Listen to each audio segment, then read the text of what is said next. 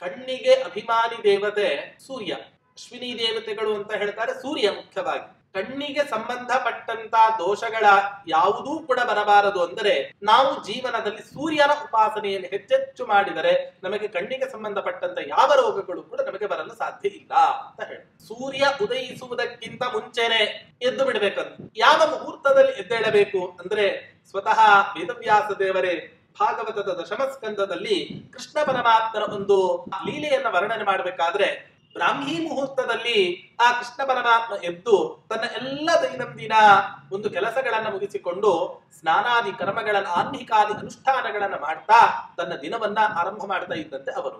ಪ್ರತಿಯೊಬ್ಬ ಪುರುಷನ ಆರೋಗ್ಯ ತುಂಬಾ ಚೆನ್ನಾಗಿರಬೇಕು ಅಂತ ಬಿಟ್ರೆ ಸೂರ್ಯ ಉದಯಿಸುವುದಕ್ಕಿಂತ ಮುಂಚೆ ಯಾರ್ಯಾರು ಹೇಳ್ತಾರೋ ಅವರ ಎಲ್ಲರ ಆರೋಗ್ಯವು ಕೂಡ ಅತ್ಯಂತ ಆರೋಗ್ಯಪೂರ್ಣವಾಗಿ ಇರುತ್ತೆ ಅಂತ ಶಾಸ್ತ್ರಗಳು ಹೇಳ್ತಾವೆ.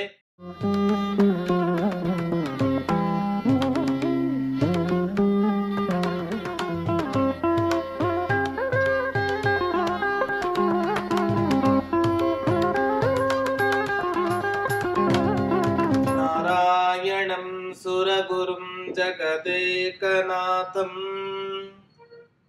ಭಕ್ತಪ್ರಿಯಂ ಸಕಲಲೋಕನಮಸ್ಕೃತಂ ಚ ತ್ರೈಗುಣ್ಯವರ್ಜಿತಮಜಂ ವಿಭುಮಾದ್ಯಮೀಶಂ ವಂದೇ ಭವಗ್ನಮರಾಸುರಸಿದ್ಧವಂದ್ಯಂ.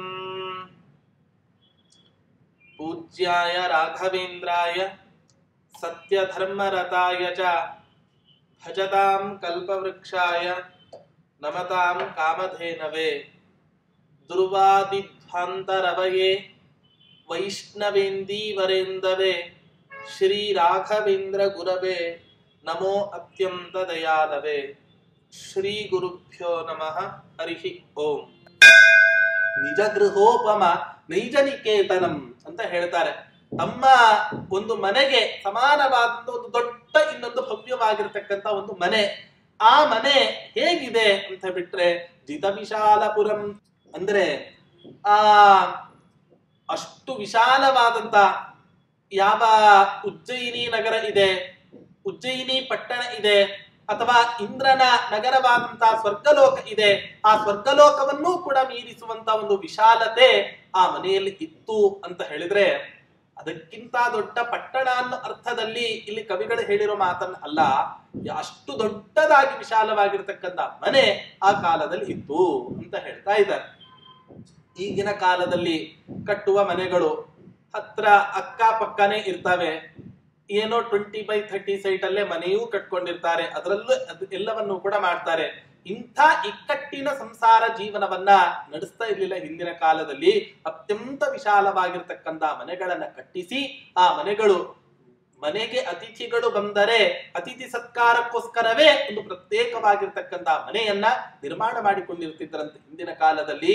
ಈ ಒಂದು ಉದ್ದೇಶದಿಂದ ಆ ಸರಸ್ವತೀ ದೇವಿಯ ತಂದೆ ತಾಯಂದಿರು ನಿಜ ಗೃಹೋಪಮ ನೈಜ ನಿಕೇತನಂ ನಿಜ ವಿಶಾಲಪುರಂ ನಿಜ ಸಂಪದ ಅಂತ ಹೇಳ್ತಾ ಇದ್ದಾರೆ. ತನ್ನ ಒಂದು ಸಮೃದ್ಧಿಯಿಂದ ಉಜ್ಜಯಿನಿ ನಗರದ ಪಟ್ಟಣವಾದ ವಿಸ್ತಾರವನ್ನೇ ಗೆದ್ದಂತ ಒಂದು ದೊಡ್ಡ ಪಟ್ಟಣ ಆಗಿತ್ತ, ದೊಡ್ಡ ಮನೆ ಆಗಿತ್ತಂತೆ ಅವರ ಮನೆ. ಇಂಥ ಆ ಮನೆಗೆ ಆ ವೆಂಕಟನಾಥರು ತಮ್ಮ ತಂದೆ ತಾಯಂದಿರೊಡನೆ, ತಮ್ಮ ಸ್ನೇಹಿತರೊಡನೆ, ವರನ ಸ್ನೇಹಿತರು, ಹಾಗೆ ಬಂಧು ಬಾಂಧವರು ಎಲ್ಲರೂ ಕೂಡ ಆ ಮನೆಗೆ ಬರಬೇಕು ಅಂತ ಉದ್ಯುಕ್ತರಾಗ್ತಾರೆ. ಅಂಥ ಸಂದರ್ಭದಲ್ಲಿ ಈ ವಧುವಿನ ತಂದೆ ತಾಯಂದಿರೇ ಆ ವಿಶಾಲವಾಗಿರ್ತಕ್ಕಂಥ ಮನೆಗೆ ಕರೆದುಕೊಂಡು ಹೋಗಿ ಅಲ್ಲಿ ವಾಸಕ್ಕೆ ಅನುಕೂಲವನ್ನು ಮಾಡಿಕೊಡ್ತಾರಂತೆ ಈ ಹುಡುಗಿಯ ತಂದೆ ತಾಯಂದಿರು ಅಂತ ಈ ರೀತಿಯಾಗಿ ಹೇಳ್ತಾ ಇದ್ದಾರೆ. ಹೀಗೆ ನಿರೂಪಣೆಯನ್ನ ಮಾಡ್ತಾ ಮುಂದಿನ ಶ್ಲೋಕದಲ್ಲಿ ಯಾವ ಪ್ರಯಾಣವನ್ನ ಮಾಡಿ ಮದುವೆಗೋಸ್ಕರ ಅಂತ ಬಂದಿದ್ದಾರೋ ಹುಡುಗನ ಪಕ್ಷದವರು ಅತ್ಯಂತ ಸುಸ್ತಾಗಿ ಬಿಟ್ಟಿರುತ್ತೆ ಪ್ರಯಾಣದಲ್ಲಿ. ಈ ಪ್ರಯಾಣದ ಸುಸ್ತನ್ನ, ಆಯಾಸವನ್ನ ಪರಿಹಾರ ಮಾಡಿಕೊಳ್ಳೋದಕ್ಕೋಸ್ಕರ ಸ್ವಲ್ಪ ಸಮಯ ವಿಶ್ರಾಂತಿಯನ್ನ ತೆಗೆದುಕೊಂಡು ನಂತರ ಅವರಿಗೆ ಬೇಕಾದಂತ ಎಲ್ಲ ಸತ್ಕಾರಗಳನ್ನು ಕೂಡ ಮಾಡ್ಲಿಕ್ಕೆ ಆರಂಭ ಮಾಡ್ತಾರೆ. ಅದು ಏನು ಅಂತ ಹೇಳಿದ್ರೆ ಹೇಳ್ತಾ ಇದ್ದಾರೆ ಶ್ಲೋಕದಲ್ಲಿ,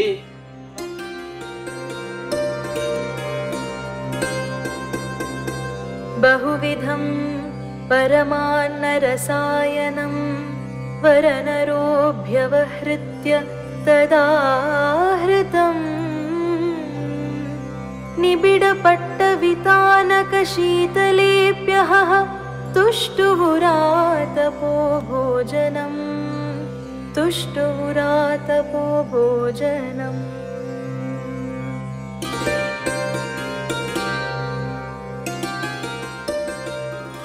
ಆ ಬಂದಂತ ಸಂದರ್ಭದಲ್ಲಿ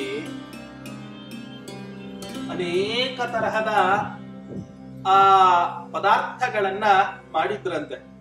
ಬಹುವಿಧಂ ಮದುವೆ ಅಂದ ಮೇಲೆ ಏನೋ ಒಂದು ಕಡಲೆಬೇಳೆ ಪಾಯಸ, ಏನೋ ಒಂದು ಗೋಧಿ ಕುಟ್ಟಿದ ಪಾಯಸ ಮಾಡಿ ಹಾಕಿ ಮದುವೆಯನ್ನು ಮುಗಿಸ್ಲಿಕ್ಕೆ ಸಾಧ್ಯ ಉಂಟೆ? ಅನೇಕ ಪ್ರಕಾರದ ತಿಂಡಿ ತೀರ್ಥ, ಅನೇಕ ಪ್ರಕಾರದ ಎಲ್ಲ ವಿಧವಾದಂತ ಪದಾರ್ಥಗಳನ್ನ ತಯಾರು ಮಾಡಿದ್ದರಂತೆ ಹೆಣ್ಣಿನ ಪಕ್ಷದವರು. ಹೀಗೆ ಬಂದಂತ ಸಂದರ್ಭದಲ್ಲಿ, ಆ ವಧುವಿನ ಮನೆಗೆ ಬಂದ ಸಂದರ್ಭದಲ್ಲಿ ಅವರೆಲ್ಲರೂ ಕೂಡ ಊಟಕ್ಕೆ ಕುಳಿತುಕೊಳ್ತಾರಂತೆ. ಕುಳಿತುಕೊಂಡಾಗ ವೈಶ್ವಾನರ ಯಜ್ಞವನ್ನು ಆರಂಭ ಮಾಡಬೇಕು. ಆ ಸಂದರ್ಭದಲ್ಲಿ ಕನ್ಯೆಯ ಪಕ್ಷದವರು ಅನೇಕ ಪದಾರ್ಥಗಳನ್ನು ತಂದು ಅವರಿಗೆ ಬಡಿಸ್ತಾರೆ.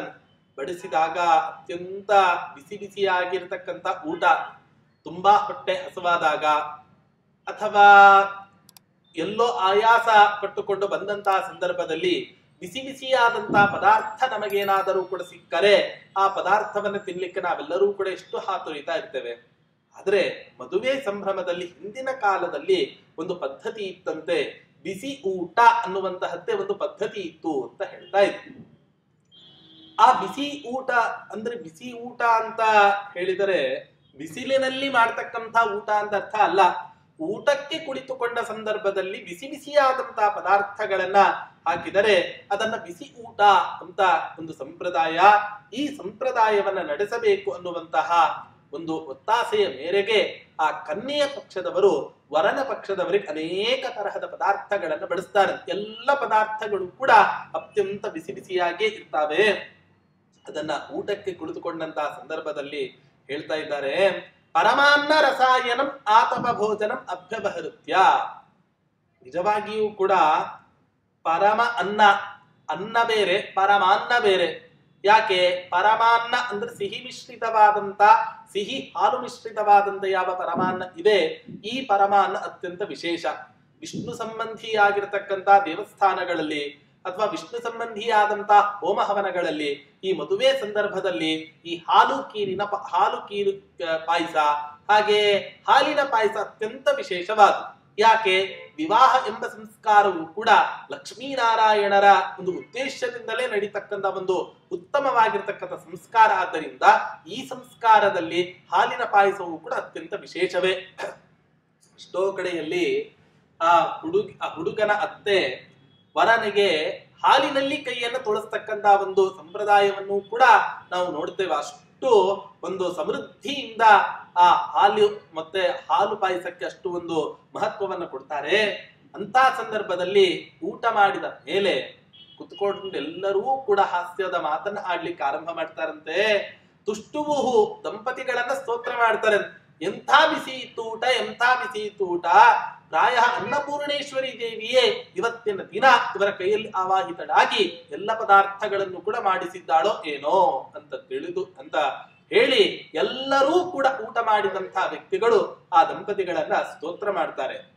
ಇಲ್ಲಿ ಕುಳಿತುಕೊಂಡು ನಿಬಿಡ ಪಟ್ಟ ವಿತಾನಕ ಶೀತಲೆ ಅಂತ ಬಿಟ್ರೆ ತುಂಬಾ ತಂಪಾಗಿರ್ತಕ್ಕಂಥ ಸ್ಥಳ.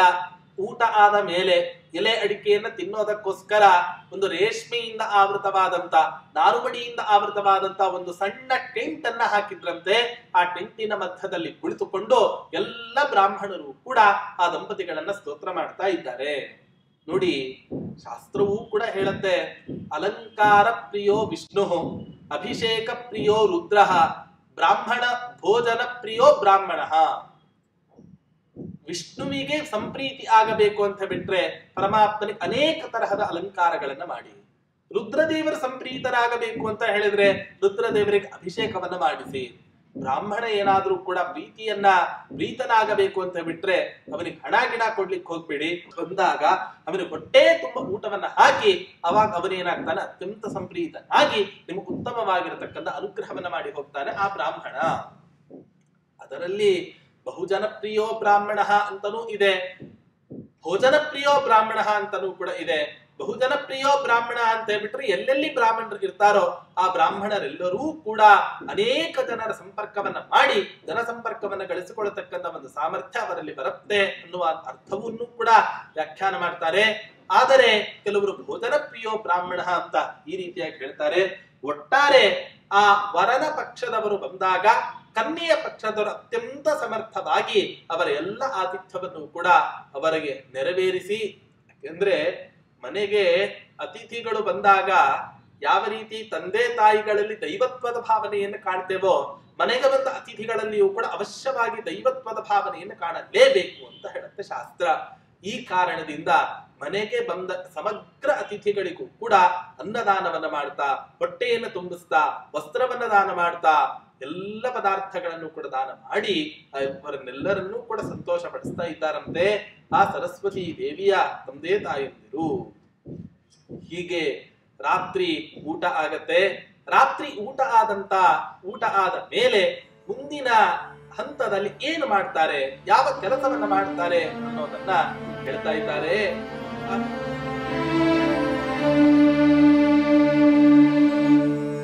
ಅಭಿದಿದೃಕ್ಷುಜನೆ ವರಮಾದರಾದುಪಗತೆ ಭವನಂ ತದನುಜ್ಞಯಾ ಕೃತ ಪರಸ್ಪರ ಸಂಕಥನೋ ಜನಃ ಸುಖಮುವಾಸ ನಿಶಾಮಿಹ ವೇಶ್ಮನಿ.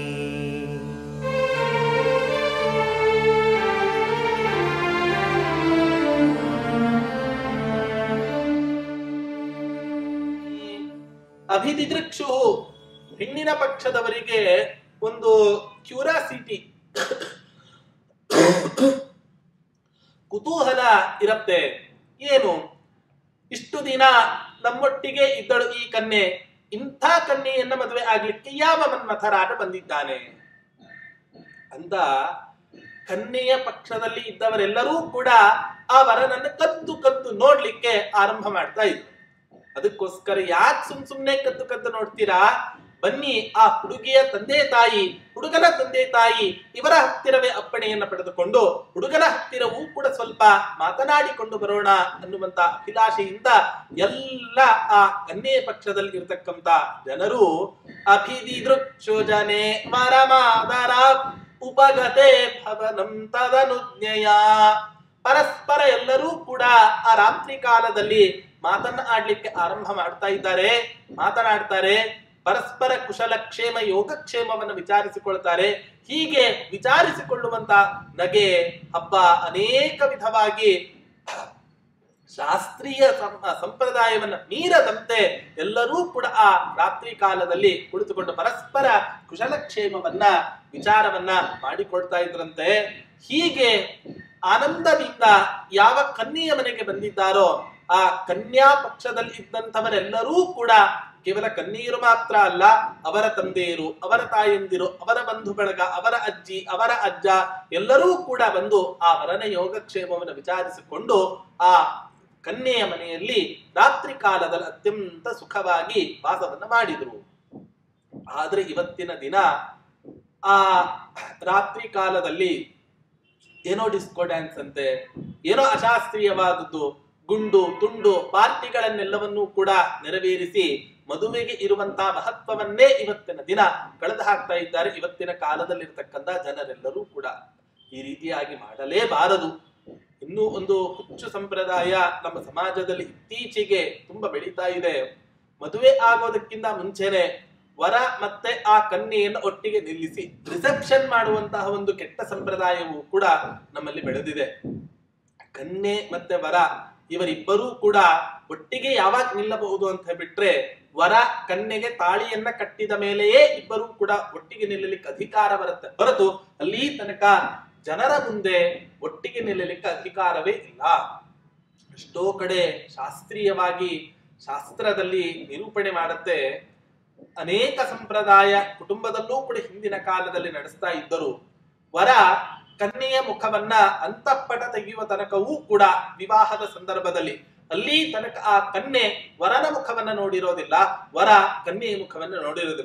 ಇಂಥ ಒಂದು ವಿಚಿತ್ರವಾದ ಸಂಪ್ರದಾಯ ಹಿಂದಿನ ಕಾಲದಲ್ಲಿ ಇತ್ತು. ಈಗಿನ ಕಾಲದಲ್ಲೂ ಕೂಡ 1000ಕ್ಕೆ ಒಬ್ಬರು ಈ ರೀತಿಯಾಗಿ ಮಾಡ್ಕೋತಾರೆ.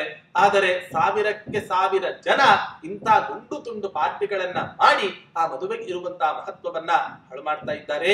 ಇಂಥ ಅಬದ್ಧ ಸಂಪ್ರದಾಯಗಳನ್ನ ಯಾವತ್ತೂ ಕೂಡ ನಾವು ಮದುವೆಯಂಥ ಸಮಾರಂಭದಲ್ಲಿ ಮಾಡಲೇಬಾರದು ಅನ್ನೋದನ್ನ ಶಾಸ್ತ್ರ ಕಟ್ಟುನಿಟ್ಟಾಗಿ ನಮಗೆ ಆದೇಶವನ್ನ ಮಾಡುತ್ತೆ.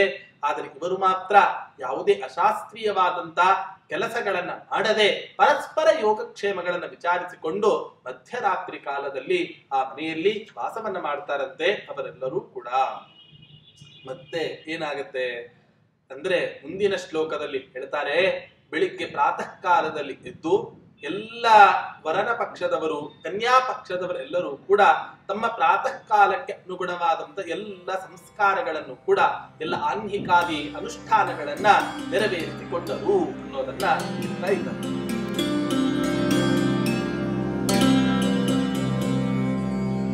ತ್ರಿದಿವದೇವ ದಿಶಾಧರ ಕಂದರೇ ಸಮುದಿತೆ ನಳಿನಿ ಪರಿಣೇತರೇ ತ್ರಿಪದಯಾ ಸವಿತಾರ ಮೃಚಾವರಂ ಪರಿಣಯಂತಮುಪಾಸತ ತಜ್ಜನಾಃ.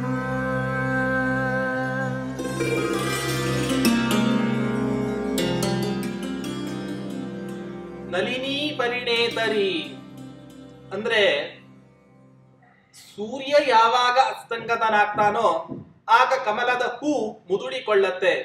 ಸೂರ್ಯ ಯಾವಾಗ ಪುನಃ ಉದಯಿಸ್ತಾನೋ ಆಗ ಸರೋವರದಲ್ಲಿ ಇರ್ತಕ್ಕಂಥ ಕಮಲದ ಹೂ ಮತ್ತೆ ಪುನಃ ಅರಳತ್ತೆ. ಈ ಕಾರಣದಿಂದ ಕವಿಗಳು ಹೇಳ್ತಾ ಇದ್ದಾರೆ ನಳಿನಿ ಪರಿಣೇತರಿ. ನಳಿನಿ ಅಂದ್ರೆ ಆ ಕಮಲದ ಹೂ. ಅಂತ ಕಮಲದ ಹೂವಿಗೆ ಸ್ನೇಹಿತ ಯಾರು ಅಂತ ಹೇಳ್ಬಿಟ್ರೆ ಸೂರ್ಯ.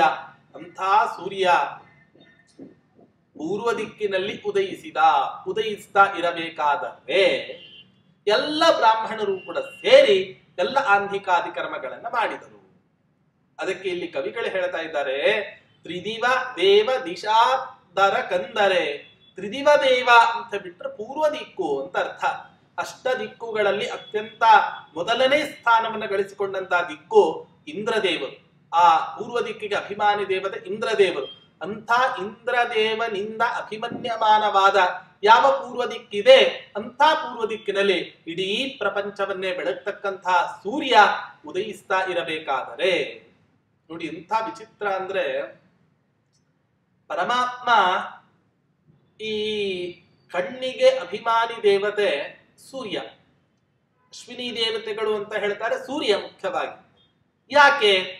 ಕಣ್ಣಿಗೆ ಸಂಬಂಧಪಟ್ಟಂತ ದೋಷಗಳ ಯಾವುದೂ ಕೂಡ ಬರಬಾರದು ಅಂದರೆ ನಾವು ಜೀವನದಲ್ಲಿ ಸೂರ್ಯನ ಉಪಾಸನೆಯನ್ನು ಹೆಚ್ಚೆಚ್ಚು ಮಾಡಿದರೆ ನಮಗೆ ಕಣ್ಣಿಗೆ ಸಂಬಂಧಪಟ್ಟಂತ ಯಾವ ರೋಗಗಳು ಕೂಡ ನಮಗೆ ಬರಲು ಸಾಧ್ಯ ಇಲ್ಲ ಅಂತ ಹೇಳಿ.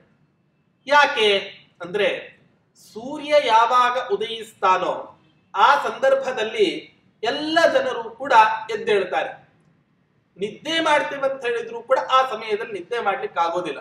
ರಾತ್ರಿ ಕಾಲದಲ್ಲಿ ಯಾವ ರೀತಿ 5-6 ಗಂಟೆ 7-8 ಗಂಟೆ ಗಾಢವಾದ ನಿದ್ದೆಯನ್ನ ನಾವು ಮಾಡ್ತೇವೋ ಅಂಥ ನಿದ್ದೆಯನ್ನ ಯಾವ ಪುರುಷನೂ ಕೂಡ ಹಗಲಿನಲ್ಲಿ ಮಾಡ್ಲಿಕ್ಕೆ ಸಾಧ್ಯವೇ ಇಲ್ಲ.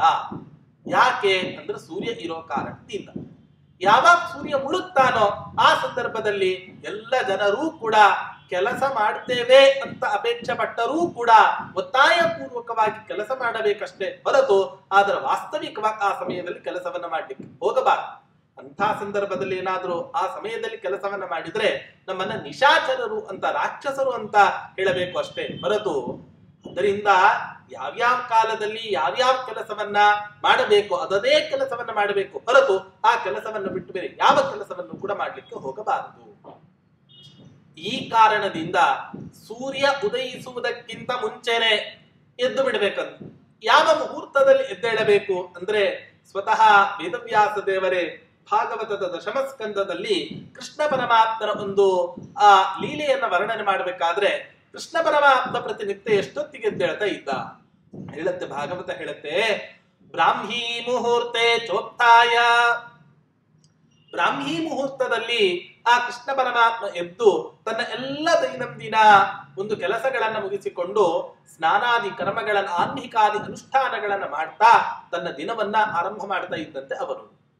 ಹೀಗೆ ಪ್ರತಿಯೊಬ್ಬ ಪುರುಷನ ಆರೋಗ್ಯ ತುಂಬಾ ಚೆನ್ನಾಗಿರಬೇಕು ಅಂತ ಬಿಟ್ರೆ ಸೂರ್ಯ ಉದಯಿಸುವುದಕ್ಕಿಂತ ಮುಂಚೆ ಯಾರ್ಯಾರು ಹೇಳ್ತಾರೋ ಅವರ ಎಲ್ಲರ ಆರೋಗ್ಯವು ಕೂಡ ಅತ್ಯಂತ ಆರೋಗ್ಯಪೂರ್ಣವಾಗಿ ಇರುತ್ತೆ ಅಂತ ಶಾಸ್ತ್ರಗಳು ಹೇಳ್ತವೆ.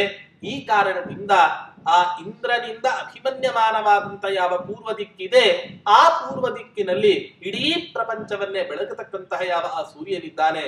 ಯಾಕೆಂದ್ರೆ ನಿಮ್ಮ ಮನೆಯ ಬೆಳಕು ಟ್ಯೂಬ್ಲೈಟ್ ಆಗ್ಲಿ ಯಾವುದೇ ಬಲ್ಬ್ಗಳಾಗ್ಲಿ ಈ ಎಲ್ಲ ಪ್ರಕಾಶವೂ ಕೂಡ ನಮ್ಮ ಮನೆಯ ಬೆಳಕನ್ನ ಮಾತ್ರ ಬೆಳಗತ್ತೆ ಹೊರತು ಸೂರ್ಯ ಹಾಗಲ್ಲ.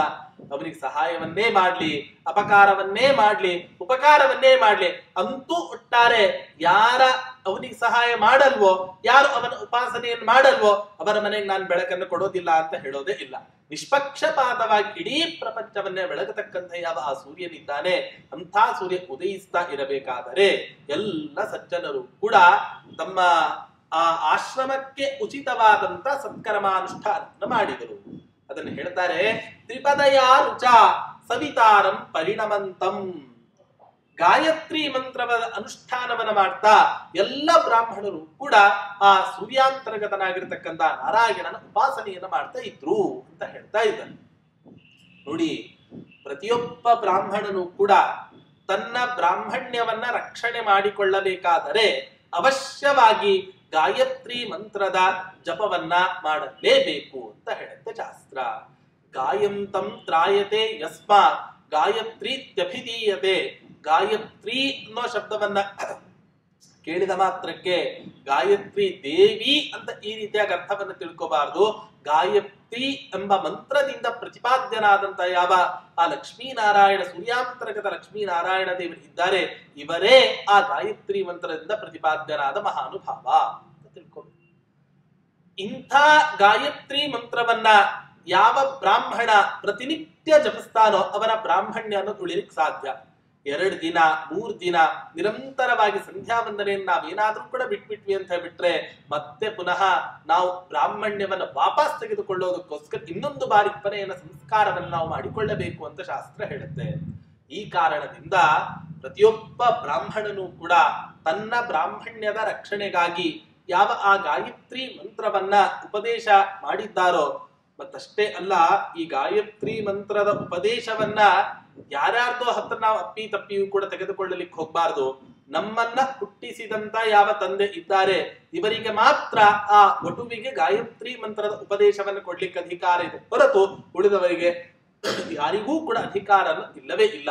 ಈ ಕಾರಣದಿಂದ ತನ್ನ ತಂದೆಯ ಮೂಲಕ ಆ ಗಾಯತ್ರಿ ಮಂತ್ರವನ್ನ ಅತ್ಯಂತ ಭಕ್ತಿ ಶ್ರದ್ಧಾ ಪುರಸ್ಸರವಾಗಿ ಆ ಉಪದೇಶವನ್ನ ಪಡೆದುಕೊಂಡು ತನ್ನ ಬ್ರಾಹ್ಮಣ್ಯದ ರಕ್ಷಣೆಗಾಗಿ ಗಾಯತ್ರಿ ಮಂತ್ರವನ್ನು ಜಪ ಮಾಡಬೇಕು. ಒಂದು ಗಾಯತ್ರಿ ಮಂತ್ರದ ಮಹತ್ವವನ್ನ ಸಾರತಕ್ಕಂತಹ ಒಂದೇ ಒಂದು ಸಣ್ಣ ಕಥೆಯನ್ನ ನಾವು ನೋಡೋದು ಅಂತ ಆದರೆ, ಒಬ್ಬ ಬ್ರಾಹ್ಮಣ ಇದ್ದ, ಸುಮಾರು 100 ವರ್ಷಗಳಿಂದ ತಪಸ್ಸನ್ನು ಮಾಡ್ತಾ ಇದ್ದ, ಗಾಯತ್ರಿ ಮಂತ್ರದ ಜಪವನ್ನ ಮಾಡ್ತಾ ಇದ್ದ. ಅದ್ರವನಿಗೆ ಏನೂ ಕೂಡ ಅಂತ ವರಗಳಾಗ್ಲಿ ಯಾವುದೂ ಕೂಡ ಸಿಗಲಿಲ್ಲ. ಅವನಾದ ಮೇಲೆ ಏನೂ ತಪಸ್ಸನ್ನ ಮಾಡದೆ ಸುಮ್ಮನೆ ಯಾವುದೋ ಮಾಟ ಮಂತ್ರವಾದಿ ಹತ್ತಿರ ಏನೋ ಒಂದು ವಿದ್ಯೆಯನ್ನು ಕಳೆದುಕೊಂಡು ಬಂದು ಕೈ ಮುಚ್ಚಿ ಕೊಟ್ಟರೆ ಬೂದಿ, ಕೈ ಮುಚ್ಚಿ ತೆಗೆದರೆ ಬಂಗಾರದ ಸರ, ಕೈ ಮುಚ್ಚಿ ಕೊಟ್ಟರೆ ಅನೇಕ ತರಹದ ಹಣದ ಕಂತೆಗಳೆಲ್ಲವೂ ಕೂಡ ಬರ್ತಾ ಇತ್ತು. ಇವನಿಗೆ ಆಶ್ಚರ್ಯ ಆಯಿತು. ನಾನು ಇಷ್ಟು ವರ್ಷ ತಪಸ್ಸನ್ನ ಮಾಡಿದರೂ ಕೂಡ ಸಿಗದೇ ಇರ್ತಕ್ಕಂತ ಇಂಥ ಒಂದು ಮಹತ್ವ, ಇಂಥ ಒಂದು ವರ ಇವನಿಗೆ ಸಿಕ್ಕಿದೆ ಅಂತ ಬಿಟ್ಟರೆ ಹಾಗಾದ್ರೆ ಅವನನ್ನೇ ಶರಣು ಹೋಗೋಣ, ಅವನೇ ನನಗೆ ಉಪದೇಶವನ್ನ ಮಾಡ್ತಾನೆ. ಹೋಗ್ತಾನೆ, ಕೇಳ್ತಾನೆ, ಕೇಳಿದ ತಕ್ಷಣವೇ ಹೇಳ್ತಾನಂತವನು, ಈ ಸಿದ್ಧಿಯನ್ನ ಪಡೆದುಕೊಳ್ಳಬೇಕಾದರೆ ಮೊದಲನೇ ಮೆಟ್ಟಿಲೆ ನೀನು ಹಾಕಿಕೊಂಡಿರುವಂತಹ ಯಜ್ಞೋಪವೀತವನ್ನ ತೆಗಿಬೇಕು, ನೀನು ಬಿಟ್ಟಿರ್ತಕ್ಕಂಥ ಜುಟ್ಟನ್ನ ತೆಗಿಬೇಕು. ಅಷ್ಟೇ ಅಲ್ಲ, ಮದ್ಯ ಮಾಂಸ ಮಾನಿನಿ ಈ 3 ಮಕಾರಗಳನ್ನು ಕೂಡ ನೀನು ಜೀವನದಲ್ಲಿ ಪಡ್ಕೋಬೇಕು. ಅಷ್ಟೇ ಅಲ್ಲ, ರಾತ್ರಿ ಕಾಲದಲ್ಲಿ ಸ್ಮಶಾನಕ್ಕೆ ಹೋಗಿ ಆ ಗೋರಿಯ ಮೇಲೆ ಕುಳಿತುಕೊಂಡು ತಪಸ್ಸನ್ನ ಆಚರಣೆ ಮಾಡಿದ್ರೆ ಆಗ ನಿನಗೆ ಈ ವಿದ್ಯೆ ಒಲಿಯುತ್ತೆ. ಆಯ್ತು ಮಾಡ್ತೇನೆ ಅಂತ ಹೇಳಿ ಈ ಬ್ರಾಹ್ಮಣ ಜುಟ್ಟನ್ನು ಕಟ್ ಮಾಡಿದ, ಯಜ್ಞೋಪವೀತವನ್ನು ತೆಗೆದು ಹಾಕ್ದ, ಗೋರಿ ಮದ್ಯ ಮಾಂಸ ಮಾನಿನಿ ಎಲ್ಲವನ್ನೂ ಕೂಡ ಅನುಭವಿಸಿದ. ಹೋಗಿ ಆ ಗೋರಿ ಮೇಲೆ ಸ್ಮಶಾನದಲ್ಲಿ ತಪಸ್ಸನ್ನ ಮಾಡ್ಲಿಕ್ಕೆ ಕುಳಿತುಕೊಂಡಾಗ ಆ ಇನ್ನೊಬ್ಬ ವ್ಯಕ್ತಿ ಮಾಂತ್ರಿಕನನ್ನ ಕರೀತಾ ಇರ್ತಕ್ಕಂತ ಸಂದರ್ಭದಲ್ಲಿ ಬರುತ್ತಾನೆ. ಆ ಭೂತ ಬರುತ್ತೆ. ತಕ್ಷಣವೇ ಆ ಭೂತ ಹೇಳುತ್ತೆ, ನಿನ್ನ ಪಕ್ಕದಲ್ಲಿ ಯಾರೋ ಒಬ್ಬ ಮಹಾಪುರುಷ ಬಂದಿದ್ದಾನೆ, ಅವನನ್ನ ನನ್ನಿಂದ ನೋಡ್ಲಿಕ್ಕೂ ಕೂಡ ಸಾಧ್ಯ ಆಗ್ತಾ ಇಲ್ಲ. ತಕ್ಷಣಕ್ಕೆ ಅವನನ್ನು ಇಲ್ಲಿಂದ ದೂರ ಕಳಿಸು. ನೀನು ದೂರ ಕಳಿಸದೆ ಹೋದರೆ ನಾನೂ ಕೂಡ ಇಲ್ಲಿ ಸುಟ್ಟು ಬೂದಿ ಆಗ್ಬಿಡ್ತೇನೆ. ಆದರೆ ದಯವಿಟ್ಟು ನೀನು ಅವನನ್ನ ಕಳಿಸು ಅಂತ ಹೇಳಿದಾಗ ಕೊನೆ ಒತ್ತಾಯ ಪೂರ್ವಕವಾಗಿ ಆ ಮಾಂತ್ರಿಕ ಈ ಬ್ರಾಹ್ಮಣನನ್ನ ಕೊಟ್ಟು ಕಳಿಸಿದ. ಹಾಗಾದ್ರೆ ಹೇಗ್ ಸಾಧ್ಯ ಆಯಿತು? ತಾನು ತಪಸ್ಸಿನಿಂದ ಸಂಪಾದನೆ ಮಾಡಿದಂತ ಯಾವ ಒಂದು ಗಾಯತ್ರಿ ಮಂತ್ರ ತಪಸ್ಸಿದೆ, ಆ ತಪಸ್ಸು ನನ್ನ ಹತ್ರ ಇದೆ ಅನ್ನುವಂತ ಅರಿವು ಅವನಿಗೆ ಇರಲಿಲ್ಲ. ಈ ಕಾರಣದಿಂದ ಅನೇಕ ತರಹದ ಸಿದ್ಧಿಯನ್ನು ಪಡೆದುಕೊಂಡಿದ್ದ. ಆ ಸಿದ್ಧಿಯ ಅರಿವು ಇವರಿಗೆ ಇರಲಿಲ್ಲ. ಆದ್ದರಿಂದ ಯಾವುದೋ ಕ್ಷುದ್ರ ದೇವತೆಗಳನ್ನು ಉಪಾಸನೆ ಮಾಡುವಂತಹ ಒಬ್ಬ ಮಾಂತ್ರಿಕನಿಗೆ ಶರಣಾಗತನಾಗುವಂತಹ ಒಂದು ಪರಿಸ್ಥಿತಿ ಬಂದುಬಿಡ್ತು. ಇಂಥ ಒಂದು ಏನೇ ಆಗಲಿ ಫಲ ಬರಲಿಕ್ಕೆ ಸ್ವಲ್ಪ ಹೊತ್ತು ಲೇಟ್ ಆದ್ರೂ ಕೂಡ ಪರವಾಗಿಲ್ಲ, ಜೀವನದಲ್ಲಿ ನಮಗೆ ಸಾತ್ವಿಕ ಫಲವೇ ಸಿಗಲಿ ಅಂತ ನಾವು ಆ ಭಗವಂತನ ಹತ್ತಿರ ಪ್ರಾರ್ಥನೆಯನ್ನು ಮಾಡ್ಕೋಬೇಕು. ಈ ಕಾರಣದಿಂದ ಎಲ್ಲ ಆ ಬ್ರಾಹ್ಮಣರು ಕೂಡ ಏನ್ ಮಾಡ್ತಾ ಇದ್ರು ಅಂದ್ರೆ ಗಾಯತ್ರಿ ಮಂತ್ರವನ್ನ ಪಠನ ಮಾಡ್ತಾ ಇದ್ರು. ಅಷ್ಟೇ ಅಲ್ಲ, ಆ ಗಾಯತ್ರಿ ಮಂತ್ರವನ್ನ ಸೂರ್ಯಾಂತರ್ಗತನಾಗಿರ್ತಕ್ಕಂಥ ಲಕ್ಷ್ಮೀನಾರಾಯಣನ ಪ್ರತಿಪಾದನೆ ಮಾಡುತ್ತೆ ಅಂತ ಅನುಸಂಧಾನ ಪೂರ್ವಕವಾಗಿ ಈ ವೆಂಕಟನಾಥರು ಕೂಡ ಉಪಾಸನೆಯನ್ನು ಮಾಡ್ತಾ ಇದ್ರಂತೆ ಆ ಕಾಲದಲ್ಲಿ ಅಂತ ಈ ರೀತಿಯಾಗಿ ಹೇಳ್ತಾರೆ. ಅಷ್ಟೇ ಅಲ್ಲ, ಕೇವಲ ಗಾಯತ್ರಿ ಮಂತ್ರವನ್ನ ಜಪ ಮಾಡ್ತಕ್ಕಂಥದ್ದಷ್ಟೇ ಅಲ್ಲ, ಗಾಯತ್ರ್ಯಾ ತ್ರಿಗುಣಂ ವಿಷ್ಣುಂ ಧ್ಯಾಯನ್ನಷ್ಟಾಕ್ಷರೀಂ ಜಪೇತ್ ಅನ್ನುವಂತಹ ಆಚಾರ್ಯರ ತಂತ್ರಸಾರ ಮಾತಿಗನುಗುಣವಾಗಿ ಎಷ್ಟು ಗಾಯತ್ರಿ ಮಂತ್ರದ ಜಪವನ್ನ ಮಾಡ್ತೀರೋ ಅದಕ್ಕೆ 3 ಪಟ್ಟು ಜಾಸ್ತಿ ನಾರಾಯಣ ಅಷ್ಟಾಕ್ಷರ ಮಂತ್ರದ ಜಪವನ್ನ ಮಾಡಲೇಬೇಕು ಅಂತ ಶಾಸ್ತ್ರ ಹೇಳುತ್ತೆ. ಯಾಕೆ ಅಂದ್ರೆ ಗಾಯತ್ರಿ ಮಂತ್ರದ ಜಪ ಮಾಡೋದು ಯಾಕೆ ಅಂದ್ರೆ ಜ್ಞಾನ ಪ್ರಾಪ್ತಿಗಾಗಿ ಗಾಯತ್ರಿ ಮಂತ್ರದ ಜಪ. ಆದ್ರೆ ಜ್ಞಾನ ಯಾವಾಗ ಬರುತ್ತೆ? 5 ತರಹದ ಅಜ್ಞಾನ ನಾಶ ಆದ್ರೆ ಮಾತ್ರ ನಮಗೆ ಜ್ಞಾನ ಅನ್ನೋದು ಬರ್ಲಿಕ್ಕೆ ಸಾಧ್ಯ ಉಂಟು. 5 ತರಹದ ಅಜ್ಞಾನ ಅಂದ್ರೆ ಯಾವುದು? ತಮಸ್ಸು, ಮೋಹ, ಮಹಾಮೋಹ, ತಾಮಿಸ್ರ, ಅಂಧತಾಮಿಸ್ರ. ಈ ತರಹದ 5 ತರಹದ ಅಜ್ಞಾನಗಳ ನಾಶ ಆದರೆ ಆಗ ನಾವು ಗಾಯತ್ರಿ ಮಂತ್ರದ ಫಲ ನಮಗೆ ದೊರಕಲಿಕ್ಕೆ ಸಾಧ್ಯ.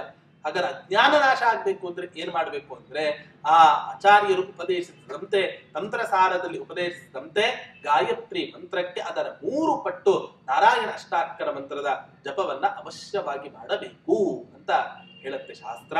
ಅಂತ ಎಲ್ಲ ಸತ್ಕರ್ಮಾನುಷ್ಠಾನವನ್ನು ಕೂಡ ವಿವಾಹದ ಪ್ರಾತಃ ಕಾಲದಲ್ಲಿ ಆ ಎಲ್ಲ ಬ್ರಾಹ್ಮಣರು ಕೂಡ ನೆರವೇರಿಸಿದರು.